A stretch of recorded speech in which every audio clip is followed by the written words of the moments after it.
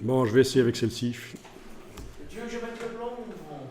J'ajoute le réglage niveau.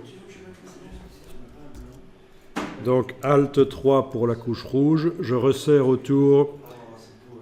Là, c'est un peu l'effet qu'on obtient.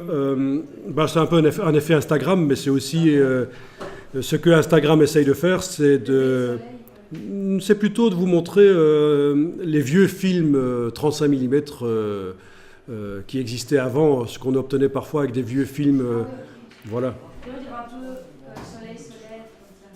Alors,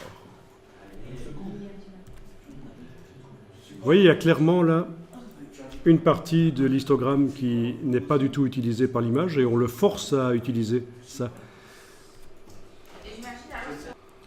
Donc voilà, en plus de jouer sur les extrêmes, je dois jouer sur le curseur gris. Alt 3, c'est le rouge.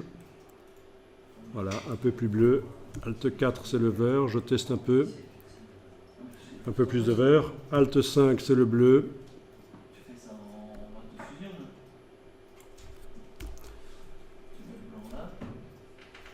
Voilà, je passe de l'un à l'autre pour tester ça. Mais c'est vrai que c'est une ambiance un peu levée de soleil, en fait, finalement.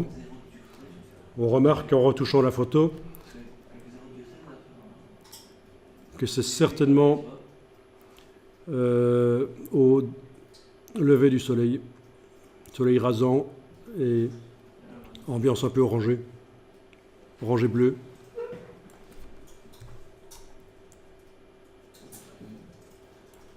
Voilà.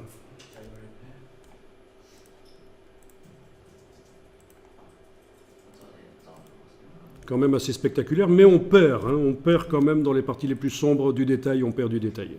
Ouais. Et dans les parties les plus claires, ça peut arriver aussi. Il n'y en avait déjà pas beaucoup du détail dans les parties claires, mais voilà, ça va. C'est surtout la partie foncée que ça est devenu plus foncé.